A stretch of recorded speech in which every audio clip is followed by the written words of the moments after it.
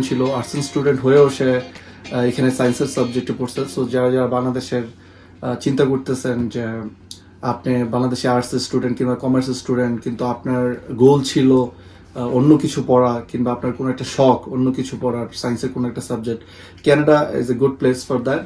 কারণ হচ্ছে ক্যানাডাতে আপনি সায়েন্স, কমার্স, আর্টস যেটাতেই পড়ে আসেন, অনেক সাবজেক্ট আছে যেটাতে আপনি অ্যাভেলেবেল পড়তে পারবেন। বেশিরভাগ ক্ষেত্রে কলেজগুলো এই অপরচুনিটিগুলো বেশি দেয়। আসসালামু আলাইকুম, আমি নিপুণ। আশা করি আপনার সবাই অনেক ভালো আছেন। আমি আলহামদুলিল্লাহ খুবই ভালো। আমি এবং আমার বন্ধু, আমরা দুইজনে আজকে আপনাদের সাথে কিছু ব্যাপারে কথা বলতে আসছি আফটার লং টাইম। আর আমরা ক্যানাডাতে অনেক স্ট্রাগল একসাথে করছি। সো ক্যানাডাতে আপনি যখন অনেক বছর অনেক পরিবার ছাড়া আপনার ফ্রেন্ডদের সাথে থাকবেন, তখন আপনার ফ্যামিলি তারাই হয়ে যাবে। সো ওই সেন্সে আই রিয়েলি লাইক হিম। যাই হোক, আজকে যেই ব্যাপারে কথা বলার জন্য আসছি, আজকে আমরা কথা বলবো যে ক্যানাডাতে জহিরের যেই স্ট্রাগল লাইফটা ছিল প্রথম স্টুডেন্ট ভিসায় আসার পর থেকে এখন পর্যন্ত, সেটেল হওয়ার পর্যন্ত আমরা বিভিন্ন কিছু জানার চেষ্টা করব। আর সে বাংলাদেশ থেকে যখন আসছে তখন সে আর্টস স্টুডেন্ট ছিল, আর্টস স্টুডেন্ট হয়েও সে এখানে সায়েন্সের সাবজেক্টে পড়ছে। সো যারা যারা বাংলাদেশের চিন্তা করতেছেন যে আপনি বাংলাদেশে আর্টসের স্টুডেন্ট কিংবা কমার্সের স্টুডেন্ট, কিন্তু আপনার গোল ছিল অন্য কিছু পড়া কিংবা আপনার কোনো একটা শখ অন্য কিছু পড়ার, সায়েন্সের কোনো একটা subject, Canada is a good place for that. কারণ হচ্ছে ক্যানাডাতে আপনি সায়েন্স, কমার্স, আর্টস যেটাতেই পড়ে আসেন, অনেক সাবজেক্ট আছে যেটাতে আপনি অ্যাভেলেবেল পড়তে পারবেন। বেশিরভাগ ক্ষেত্রে কলেজগুলো এই অপরচুনিটিগুলো বেশি দেয়। তো যাই হোক, আমি কথা না বাড়িয়ে আমি প্রথমত চলে যাচ্ছি আমার বন্ধু জহিরের কাছে। প্রথমত জানতে চাইবো, জহির, তুমি তোমার পরিচয়টা দিয়ে যদি একটু। আসসালামু আলাইকুম সবাইকে। আপনারা অলরেডি জানেন আমার নাম মোহাম্মদ জহিরুল ইসলাম। আমি যখন কানাডায় আসছি তখন it was 2013 May 4th, so far I remember. আমি ব্যাচেলর কমপ্লিট করার জন্য ইউনিভার্সিটি অফ নিউ ব্রান্সউইকে আসছিলাম অ্যাজ এ স্টুডেন্ট। আসার পরে আমার ইউনিভার্সিটি অফ নিউ ব্রান্সউইকে আমার যাওয়ার কথা ছিল, বাট আমি যাই নাই।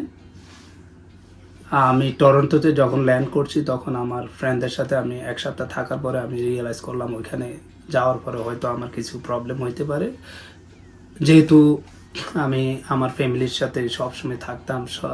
এই জন্য হয়তো আমি ফিল করছি যে ওইখানে গেলে আমি একা থাকলে হয়তো আমার একটু সমস্যা হতে পারে। এই জন্য আমি আমার কিছু ফ্রেন্ডদের সাথে আমার এই ব্যাপারটা নিয়ে আলোচনা করলাম।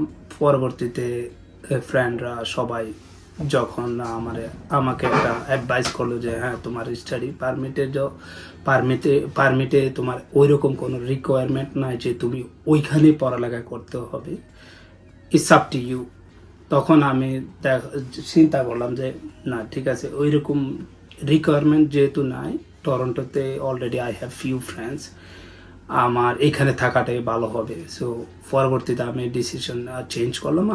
বাই দ্য টাইম আমি একটা ইমেল করতে হয়েছে আমার নিউ ব্রান্সউইক ইউনিভার্সিটিতে, বিকজ আপনি যখন স্টুডেন্ট হিসাবে যে কলেজে আসবেন, যদি এরকম কোনো রিকোয়ারমেন্ট না থাকে, but still you need to let them know that you are not going there because of this, you have to show them that you have a valid reason. আচ্ছা, আমার এখানে একটা কোশ্চেন আছে। তো তুমি যখন আসছো, যখন তোমার যাওয়ার কথা ছিল ইউনিভার্সিটি অফ নিউ ব্রান্সউইকে, তুমি প্রথমে তো ল্যান্ডই করছো টরন্টোতে। ল্যান্ডই করছি। তো তুমি যে টরন্টোতে ল্যান্ড করছো, তোমার কি ইমিগ্রেশন অফিসার জিজ্ঞাসা করে নাই যে তুমি এখানে আমি নিউ ব্রান্সউইকের স্টুডেন্ট, তুমি এখানে কেন আসছো? বলতে বই লাগেছে ওই সময়ের সিচুয়েশনটা আর এখন সিচুয়েশনটা আমি দুটোটাই ডিসকাস করবো ওই ব্যাপারে। বাট ওই সময়ের সিচুয়েশনটা একটু নর্মাল ছিল। আপনাকে ওই সময় হয়তো ওইরকম রিকোয়ারমেন্ট ছিল না যে আপনার টিকিট থাকতে হইবে ওই প্রভিন্সে গেলে, এরকম কোনো কিছু ছিল না। But for some reason they suspect me that I am not going. আমাকে আমার ল্যান্ড করার পরে ওরা আমার এগুলা আমার ডকুমেন্ট চেক করলো। করার পরে আমার অবশ্যই জিজ্ঞেস করছে, তুমি তো নিউ ব্রান্সউইকের স্টুডেন্ট, তুমি এখানে ল্যান্ড করছো কেন? তোমার নিউ ব্রান্সউইক যাওয়ার জন্য তোমার কোনো টিকিট আছে? তো আমি বললাম যে না, আমার কোনো টিকিট নেই। আমি এখানে টরন্টোতে আমার কিছু ফ্রেন্ড আছে, ওদের সাথে আমি এক সপ্তাহ থাকবো, দেন আমি নিউ ব্রান্সউইকের টিকিট কাটবো। আচ্ছা, এইটা বলছিলাম। তো পরে তো ওখানে তোমার স্টাডি পারমিটের কোনো প্রবলেম করছে? যে স্টাডি পারমিট আমার বেসিক্যালি যখন আপনি ব্যাচেলর, আমরা যারা স্টুডেন্ট হিসেবে কানাডাতে আসি, আমরা যার যে প্রোগ্রাম অনুযায়ী স্টাডি পারমিট ওরা দেয়। তো আমার প্রোগ্রাম ছিল 4 বছরের, ওই হিসেবে আমি 4 বছরের স্টাডি পারমিট পাওয়ার কথা ছিল। বাট ওরা আমাকে 1 বছর দিয়েছিল, পরে আমি এক্সটেনশন করছি যখন স্টাডি আচ্ছা, কন্টিনিউ তো করছি। যেহেতু আমি একটু বলে নিচ্ছি, যেহেতু তারে মানে সাসপেক্ট করছে যেই কারণেই হোক, তো এই ওর নিউ ব্রান্সউইকে যাওয়ার কথা ছিল, কিন্তু সে নিউ ব্রান্সউইকে না যায় সে টরন্টোতে থাকবে, এই কারণে হয়তোবা ইমিগ্রেশন অফিসার তাকে 1 বছরের স্টাডি পারমিট দিচ্ছে, যে ব্যাপারটা একটু রিস্কি। কারণ আপনারা যারা অন্যান্য প্রভিন্সের জন্য আসবেন, লেটস আপনি নিউ ব্রান্সউইক কিংবা ব্রিটিশ কলম্বিয়ার জন্য আসছেন, আপনাদের জন্য বেস্ট সাজেশন হচ্ছে আপনারা ওই এয়ারপোর্টটা চুজ করা, তাহলে ইমিগ্রেশন অফিসার আপনাকে কোনো ধরনের সাসপেক্ট নাও করতে হ্যাঁ পারে। হ্যাঁ, বেস্ট তারপরে যদি আপনি এখানে আইসা তারপরে যদি আপনি ডিসাইড করেন আমি টরন্টোতে যাব কিংবা আমি অন্য কোথাও সিটিতে অন্য কোনো সিটিতে থাকবো, that's it up to you. হ্যাঁ, তো এটা আমরা হাইলি রিকমেন্ড করব। আপনি এখনকার সিচুয়েশনটা মনে হয় আমার এখন যে রুলস সেটা হচ্ছে যে ইউনিভার্সিটিতে আসবে তার ওই ইউনিভার্সিটি যাইতে হবে, ওই ইউনিভার্সিটি থেকে অথরাইজেশন লেটার নিয়ে তারপরে সে অন্য ইউনিভার্সিটিতে ট্রান্সফার করতে হবে। হ্যাঁ, আর এখন আমরা যখন আসি 2030 তো ওই সময় আমাদের পে করতে হচ্ছে না, অনেক ইউনিভার্সিটি ছিল, আমার যে ইউনিভার্সিটি আমার রিকোয়ারমেন্ট ছিল না, বাট এখনকার সবাই পে করতে। যাই হোক, আমরা কথা বলতেছিলাম জহিরের এয়ারপোর্টের যে প্রবলেমগুলো ফেস করছে সেই ব্যাপারগুলোতে।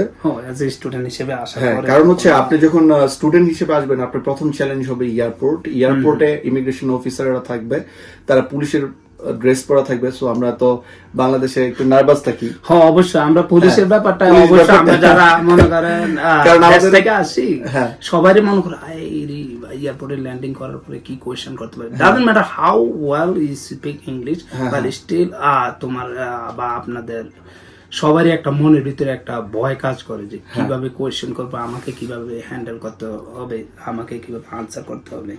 এরকম সিচুয়েশনের কারণে অনেকে ঘাবড়ায় যায় আমি মনে করি।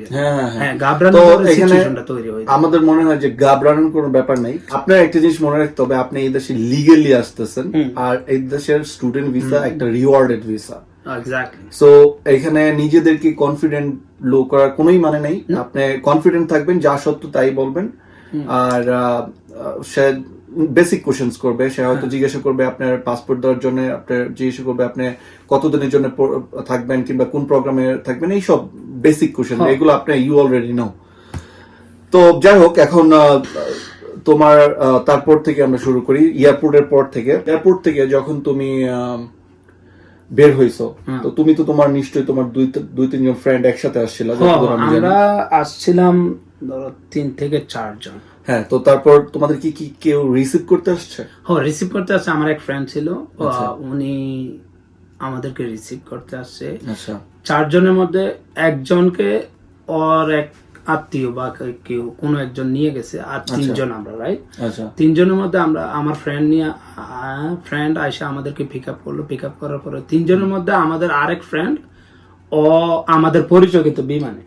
আচ্ছা, তো ও টরন্টোতে আসার পরে আমরা যেই বাসায় উঠলাম, যে অ্যাপার্টমেন্টে উঠলাম, ওইখানে ওঠার পরে ও আরেক জায়গায় থাকার কথা, তো ও ওইখানে চলে গেছে। আমরা দুইজনকে, আমি আর আমার ফ্রেন্ড ওবি, আমরা 2 জন আর আমার ফ্রেন্ড, আমরা 3 জন একটা অ্যাপার্টমেন্ট নিয়ে থাকা শুরু করলাম। আচ্ছা, তো তুমি যখন এখানে আসছো তোমার বাসা কিভাবে তুমি পাইছো? বাসা ওই যে বললাম, আমার ফ্রেন্ড ও আগে ডিসেম্বরে আসছিল। ও আসার পরে ও একটা বাসায় থাকতো।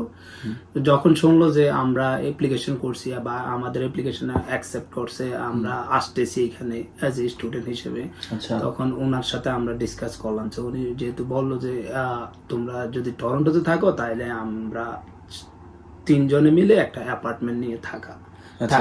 তো তখন তোমার মানে কত টাকা লাগছিল? ওই সময় তোমার $1,060। এখন সেম অ্যাপার্টমেন্ট আমি যতটুকু জানি $1,300। ওকে, ফাইন। স্টুডেন্ট লাইফে সবাই শেয়ার করে। আচ্ছা, তো আর এটা তো মজা আছে। হ্যাঁ, অবশ্যই মজা আছে। তুমি যদি মনে করো তুমি একা অ্যাপার্টমেন্ট নিয়ে থাকো, তুমি থাকতে পারো, কিন্তু ওই যে এখানে যদি তুমি কিছু ব্যাপার আছে, ধরো যে টরন্টোতে তুমি এটা করতে পারবা, কিন্তু অন্যান্য সিটিতে তোমার বাইরেওয়ালা এটা অ্যালাউ করবে না। তুমি জানো তো এটা, রাইট? সো যারা জানে না তাদের জন্য বলতেছি যে টরন্টোতে যদি কিংবা বড় বড় সিটিগুলোতে ওরা হয় কি ভাড়া অনেক বেশি, তো মানুষজন এক রুমে 2 জন শেয়ার করতে পারে। কিন্তু যেগুলো ছোট সিটি ওইগুলোতে ল্যান্ডলর্ড মানে বাইরেওয়ালা তারা এই জিনিসটা অ্যালাউ করে না। সো আপনার ওইখানে বাসা ভাড়া যদিও কম থাকে, তো এই জিনিসগুলো আপনারা জেনে রাখবেন। যাই হোক, তো তারপরে আসি এখন, তুমি যখন আসছো, আসার পরে বাসায় সেটেল হইলা, বাসায় সেটেল হওয়ার পরে তুমি তো বললা যে ইমেল করলা ইয়াদের ইউনিভার্সিটি অফ নিউ ব্রান্সউইকে। তো এখান থেকে ইমেল করার পরে ওইখান থেকে ওরা কোনো ওরা feedback দিছে? না আমারে কোনো রেসপন্স দেয় নাই, বাট ইন ফিউচারের কথা চিন্তা করে আমি ভাবলাম, আমার বড় ভাই বললো যে না তুমি একটা ইমেল সেন্ড করে দাও, যদি ইন ফিউচারে ইমিগ্রেশন কোনো কারণে তোমার কোয়েশ্চেন করে যে হ্যাঁ you suppose to go to university of New Brunswick but you did not, right. তো দেন তখন তুমি ওদেরকে এরকম একটা ডকুমেন্ট দেখাতে পারবা যে আমি আমি ওইখানে যাই নাই এই কারণে, রাইট। এই কারণে যাই নাই, আর আমার কাছে প্রুফ আছে, এই একটা ইমেল আছে। আচ্ছা। ওরা রেসপন্স দিল না দিল ওইটা তোমার কাছে মুখ্য বিষয় না, বাট হ্যাঁ মুখ্য বিষয় যদি তুমি মনে করতে হ্যাঁ আমার রেসপন্স সহকারে আমি একটা প্রুভমেন্ট রাখতে চাই, হ্যাঁ তুমি ইমেল করছো 1 সপ্তাহ 2 সপ্তাহ ওয়েট করছো, কোনো রেসপন্স পাইছো না, ফোন দাও ওদেরকে, ফোন দিলে ওরা একটা রেসপন্স দিব অবশ্যই। আচ্ছা। যদি পরবর্তী কথা বলতে চাই আমরা, হ্যাঁ এখন টরন্টোতে আমি থাকার ব্যবস্থা হইলো, আমি সেটেল হইলাম টরন্টোতে থাকার জন্য। এখন আমার তো মেইন ওই উৎস হচ্ছে আমি এখানে পড়ালেখা করবো। ইন দ্য মেইন টাইম আমি আরেকটা কথা বলি, আমি বাংলাদেশ থেকে যখন স্টুডেন্ট ভিসার জন্য অ্যাপ্লিকেশন করলাম, আমার আইএলটিএস স্কোর ছিল 5.5। আচ্ছা। এখন তোমার বা আমার বা সবার একটা কোয়েশ্চেন জাগতে পারে যে 5.5 দিয়ে তুমি স্টুডেন্ট ভিসার অ্যাপ্লিকেশন করছো কিভাবে, বা এটা কি এলিজিবল কিনা এবং ইউনিভার্সিটি অ্যাকসেপ্ট করে কিনা। আচ্ছা। এখানে অনেক কোয়েশ্চেন যায় অনেকে। আচ্ছা। ফার্স্ট অফ অল আমরা সবাই অ্যাপ্লিকেশন সাবমিট করতে পারবো, 5.5 দিয়ে অ্যাপ্লিকেশন সাবমিট করতে পারবো। ইউনিভার্সিটির অফার লেটার পেতে হলে তোমাকে বা ইউনিভার্সিটিতে মানে university of New Brunswick I believe আমাদের যদি ভর্তি হইতে হয় বা অ্যাডমিশন নিতে হয় 6 পয়েন্ট লাগে নাকি 6.5, আমি অতটুকু ক্লিয়ার না, বাট অ্যাটলিস্ট 6 পয়েন্ট লাগে। হ্যাঁ, তো 5.5 দিয়ে তুমি করতে, বা আমার করতে হয়েছে কি, আমি ইএসএল নামে একটা প্রোগ্রাম আছে, ওই প্রোগ্রামে টেস্টিং, ওই প্রোগ্রামের জন্য তুমি অফার লেটারের জন্য আবেদন করতে পারবে। দেন তো ওরা 5.5 দিয়ে অফার লেটার দেয় ওই প্রোগ্রামের জন্য। দেন তুমি আসার পরে এখানে ওই ইএসএল প্রোগ্রাম করো, ইএসএল প্রোগ্রাম করার পরে দেন তুমি মেইন প্রোগ্রামে যাইতে পারো। আচ্ছা, তো এটা তো ছিল তোমার নিউ ব্রান্সউইকের। তো যেহেতু তুমি আইএলটিএস নিয়ে আসছো 5.5 আর তোমার ইউনিভার্সিটিতে ভর্তি হইতে লাগে 6.5 কিংবা 6, হ্যাঁ ইউনিভার্সিটিতে 6.5 আর কলেজে 6 ওই টাইমে 2013 তে। হ্যাঁ 2013 তে। তো 2013 তে যখন তুমি ওইখানে ভর্তি হইতে পারলা না, নিউ ব্রান্সউইকে গেলাও না, তখন তুমি টরন্টোতে ভর্তি হওয়ার প্ল্যান করছো অবশ্যই। তো টরন্টোতে যে তোমার ভর্তি হইতে কি প্রবলেম গুলো হয়েছে কিংবা কিভাবে? টরন্টোতে এইখানে সেন্টিনিয়াল নামক একটা কলেজ আছে, ওইখানে আমি সর্বপ্রথম এডমিশন নেওয়ার জন্য অ্যাডভাইজারের সাথে কথাবার্তা বললাম।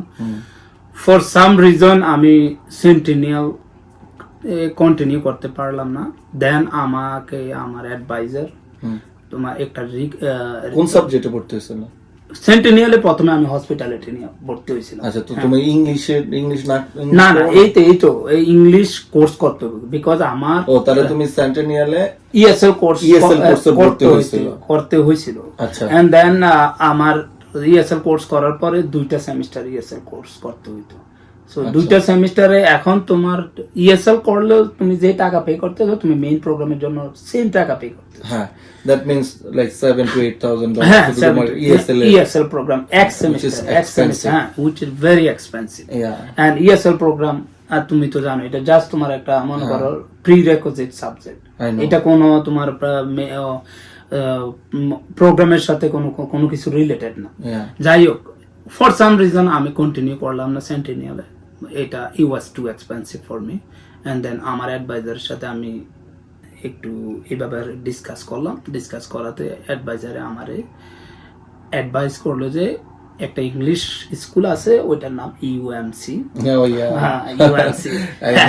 তো ইউএমসিতে আমি 4 মাস কন্টিনিউ করলাম।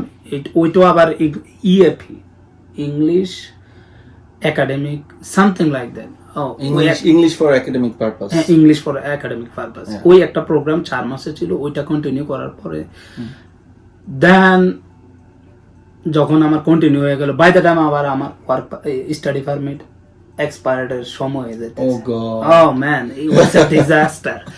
So as soon as আমি ওইখানে আমার 4 মাসের প্রোগ্রামটা কমপ্লিট করার পর আমার এখন in order to apply for study permit আমার তো অ্যাডমিশন থাকতে হইব স্কুলে। এখন আমি কিন্তু ওই যে ইউএমসি যেখানে আমি ইংলিশের কোর্স করছি ওইটা ডান। আচ্ছা, কারেন্টলি আই এম নট। তোমার কত মাস ছিল? এটা 4 মাস ছিল। না ওই প্রোগ্রামটা তো 4 মাস ছিল, কিন্তু 4 মাস করার পরে তোমার স্টাডি পারমিটের আর আমার যতটুকু 3 মাস সম্ভবত। দ্যাট মিন্স তোমার immediate I have to. Okay, nice. But I was lucky enough.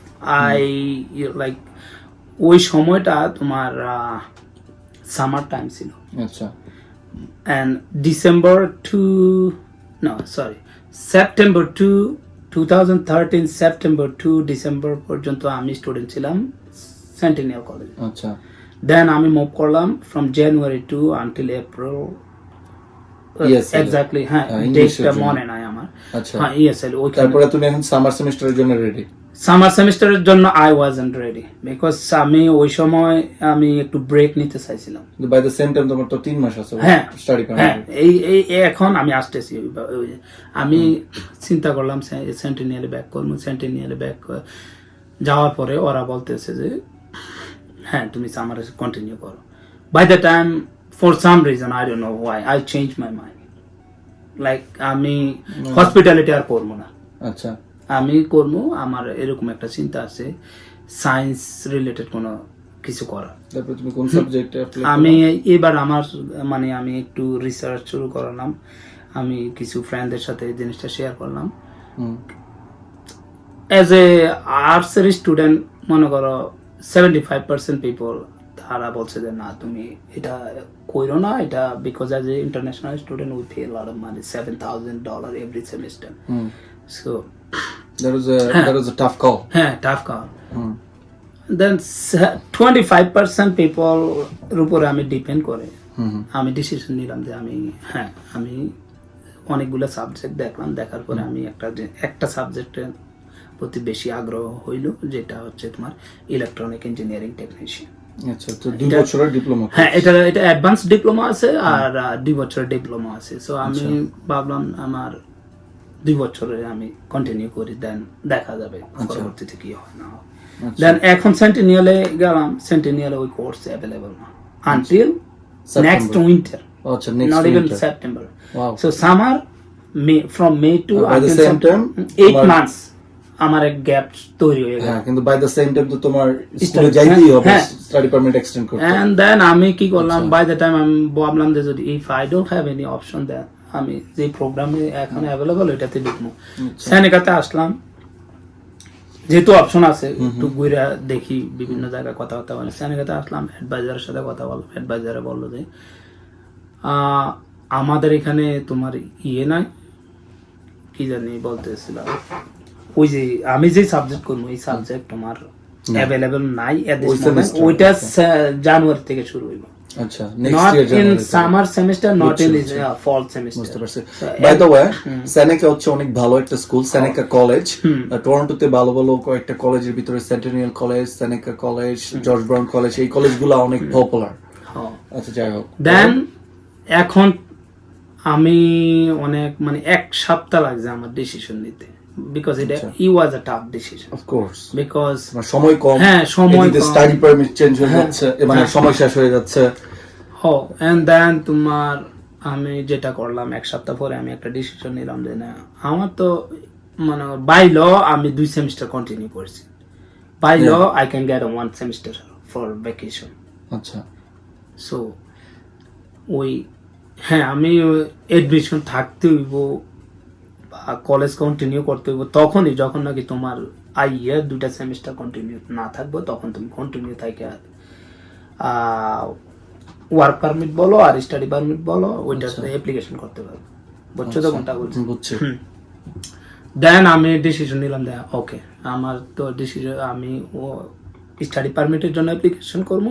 But এই স্টাডি পারমিটের জন্য অ্যাপ্লিকেশন করবো কিভাবে, আমার একটা কনফার্মেশন লেটার লাগবে স্কুল থেকে দিয়ে আমি একটা কোন সেমিস্টার থেকে কন্টিনিউ করতে যাইতেছি। আচ্ছা দেন আমি সেনেকাতে গিয়ে কিছু অ্যাডভান্স টাকা পে করলাম। আচ্ছা পে করার পরে তারা আমার সেনেকা কলেজে আমাকে একটা এডমিশন লেটার দিল।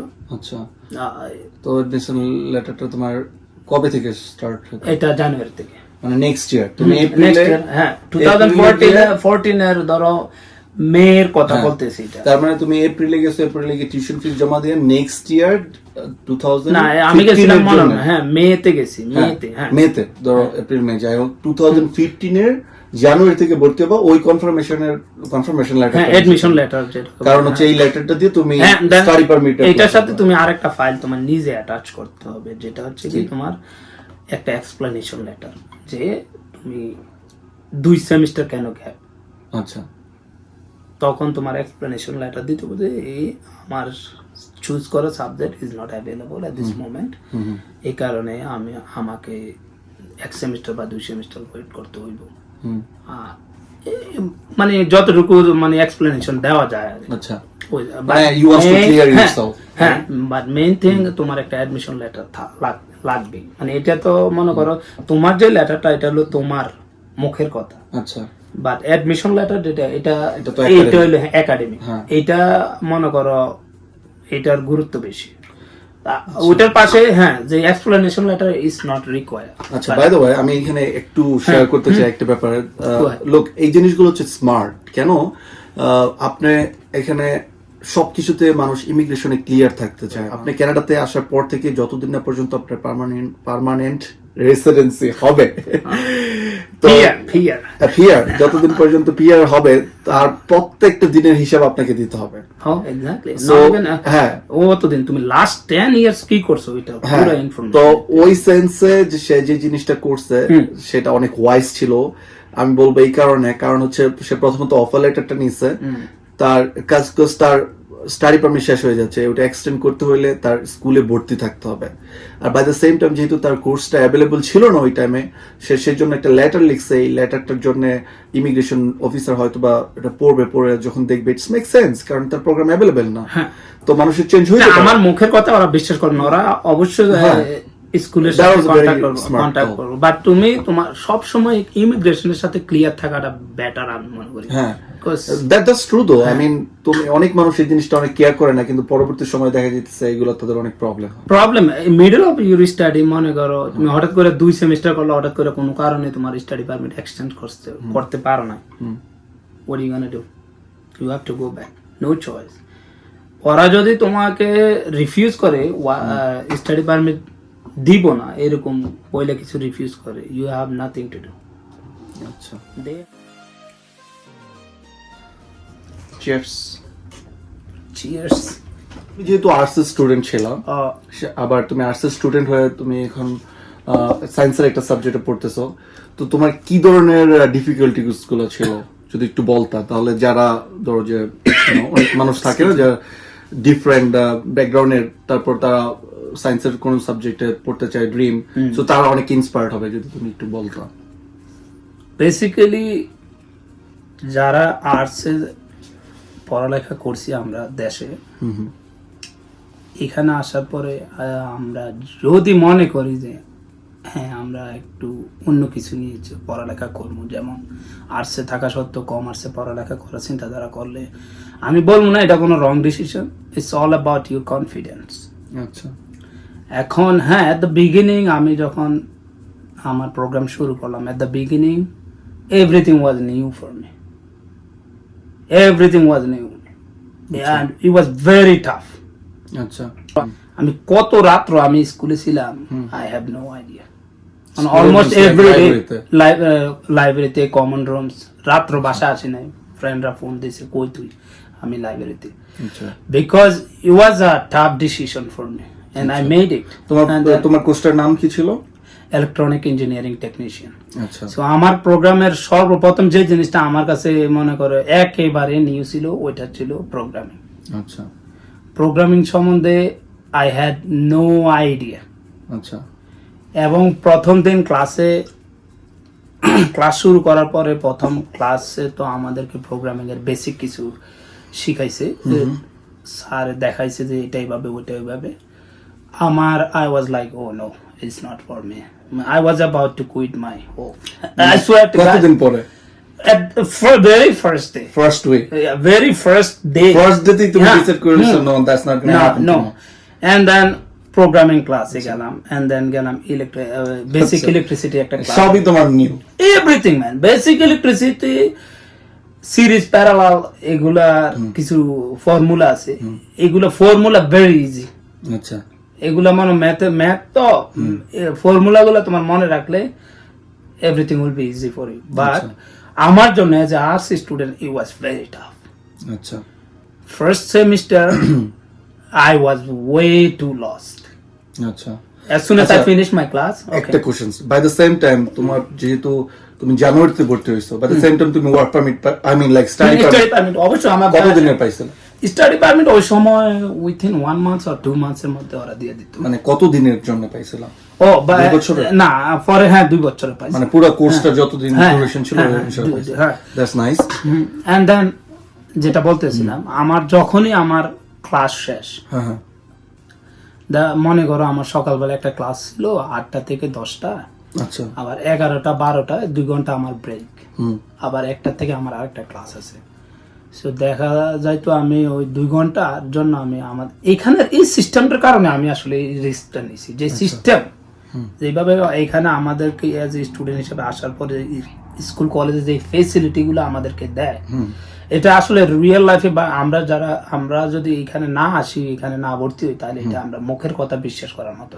রাইট, সবগুলা টিচার ফ্রেন্ডলি, আচ্ছা, অ্যান্ড ওইখানে তুমি প্র্যাকটিস করবা কোনো কিছু নিয়ে, তোমার কম্পিউটার কমিক্স আছে। লাইব্রেরিতে গেলে তোমার বই কেনার টাকা নাই, তুমি লাইব্রেরিতে যাও, তুমি কার্ড দাও, কোন বই লাগবে, তুমি 2 ঘন্টার জন্য বই পাইতেছো। A day there is no limit, but every time you show them your card, they will give you for 2 hours. আচ্ছা, মনে করো তোমার বই কেনার টাকা নাই, এখানে তো বই অনেক এক্সপেন্সিভ, তুমিও স্টুডেন্ট ছিল, তুমি জানো, রাইট? এগুলা মনে করো এক্সপেন্সিভ, আচ্ছা, সেই কারণে দেখা গেছে অনেক স্টুডেন্ট আমরা বই কিনতাম না, কিনছি কিছু বই, যে একেবারে কিনে নেই তা না, কিনছি কিছু, but most of the time ওই লাইব্রেরি থেকে বই নিয়ে লাইব্রেরির ভিতরে পড়তে হইতো, আবার 2 ঘন্টা পরে ব্যাক করে দিতে, আবার 2 ঘন্টা শেষ, তুমি 1 ঘন্টা পরে গিয়ে আবার বই নিতে পারবে, সেম বই যদি নিতে চাও। আচ্ছা, আচ্ছা। তো আমার কিছু ফ্রেন্ড আছিল, দেখো আমরা সবারই মনে করো বই টই কারো ছিল না, সো দেখা তোমার কার্ড দিয়ে তুমি 2 ঘন্টার জন্য বই নিছো, সো আমাদের কিন্তু বইটা দরকার অ্যাটলিস্ট 6 আওয়ার্স। আচ্ছা, সো আমি জয়ের মনে করো নেক্সট 2 আওয়ারের জন্য আমার কার্ড দিয়ে তুমি যখন বইটা নিছো তখন ওই সময় আমি বুঝতে পারছি, মানে তোমরা একটা গ্রুপ করে নিছো, গ্রুপ করে নিছো, তার মানে বইটা তোমাদের ভেরি ইম্পর্টেন্ট, ভেরি ইম্পর্টেন্ট। মনে করো স্কুলে গেলে তোমার you need a friend, and মনে করো তোমার ক্লাসমেটের সাথে তোমার ভালো সম্পর্ক রাখতে হবে, প্লাস তোমার প্রবলেম গুলো ক্লাসমেটের সাথে শেয়ার করবা, প্লাস তোমার টিচারের সাথে শেয়ার করবা। আর এখানে তোমার টিউটোরিয়াল আছে, ওইটার জন্য তুমি বুক দিলে, ওইখানে মনে করো আমাদের দেশে যেভাবে প্রাইভেট পড়ি 1 ঘন্টা 2 ঘন্টার জন্য, এইরকম সিস্টেম আছে স্কুলের ভিতরে, you don't have to pay any penny. আচ্ছা, সো এই জিনিসগুলা যদি এগুলা আসলে অনেকে আমরা হয়েছে কি ক্লাস শেষ তো আমরা চলে যাই, বাসায় যাই, আড্ডা মারি বলো, কিন্তু তুমি যদি মনে করো যে না, I am paying $7,000 a semester, Nice, it's a lot of money, Nice. then আমি instead of spending 2 hours with my friends, I'm gonna spend 2 hours for my study. Nice. As soon as I'm And like you have all of the facilities, why not? So Why not? exactly. তোমার স্কুলে আসলে এটা বলার মতো, আমি অনেক facility আছে আমার এখনো খেয়াল নাই, তোমার সব আছে, জিম থেকে শুরু করে তোমার হেলথ সার্ভিস পর্যন্ত। তোমার কোনো প্রবলেম, তুমি স্কুলে যাইতেছো কিন্তু দেখো হঠাৎ করে for some reason you are not feeling well, না ফিজিক্যালি না, মনে করো ক্লাসে আসতে মন চায় না, ওই জিনিসটা বেশি কঠিন লাগে, তোমার ওইটা কুইট করতে মন চাইতেছে, তুমি অ্যাডভাইজারের কাছে গেলে, অ্যাডভাইজার অ্যাজ লং অ্যাজ তাদের যতটুকু সামর্থ্য ওরা তোমাকে হেল্প করবে, বিভিন্ন ভাবে বলবে এটা করো, ওইটা করলে এটা ইজি হবে তোমার জন্য, তুমি টিউটোরিয়াল তোমার জন্য 1 ঘন্টা টিউটোরিয়াল এনাফ না, দেন ওরা অ্যাডভাইস করবো ওই টিউটোরিয়ালের মেইনের কাছে, ওরা তোমার এটা বাড়াইও দিতে পারে। আমি যদি আর্টসের স্টুডেন্ট হইতাম, আমি যদি স্কুলে যাইতাম, আমি অ্যাটলিস্ট আমি পড়ালেখা তো করতে হইতো, তুমি স্কুলে না গেলে, তোমার হোমওয়ার্ক না করলে, তোমার অ্যাসাইনমেন্ট না করলে তুমি তো পাস করবে না। তো সেম জিনিসটা আমি হয়তো আমার আর্টস থেকে সায়েন্সে যাওয়ার কারণে হয়তো আমি একটু বেশি এফোর্ট দিতে হয়েছে, আচ্ছা বাট আমি বলবো যে এটা কোনো মানে ইম্পসিবল কিছু না। বাট তোমার অনেক প্যাশন ছিল, তুমি অনেক কনফিডেন্ট ছিল, প্লাস তুমি অনেক হার্ড ওয়ার্ক করছো। কিন্তু তুমি এত হার্ড ওয়ার্ক করছো স্কুলে, বাই দ্য সেম টাইম তুমি তো জানো যে তোমার টিউশন ফিস জমা দিতে হবে, তো ওইটা তুমি কিভাবে অ্যারেঞ্জ করছো? তুমি ওই যদি যে সবসময় হ্যাঁ, স্কুলেই সামার ব্যস্ত টাইম থাকো। কিছু জব নিতাম, আমি পার্ট টাইম কিছু জব করতাম summer time. It wasn't enough money, but I had a very good friend after I come here. I had a very good friend. They helped me with everything. I never had to worry about money for my tuition fee. So basically তোমার friend তোমার tuition fees. হ্যাঁ, if আমার যদি কোনো কারণে টাকা পয়সার সমস্যা হইতো, আমার কোনোদিন মনে হইতো না যে আরে আমার হাতে তো কোনো টিউশন ফি টাকা না, I might not gonna be able to continue for next semester.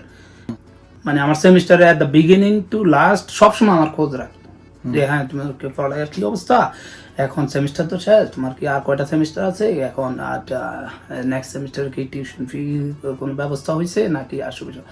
এটা ভাই আমি বলবো, তুমি যত রিচ হও এটা ম্যাটার না, এইখানে আসার পরে তোমার আসলে এরকম কিছু ফ্রেন্ড সার্কেলের দরকার।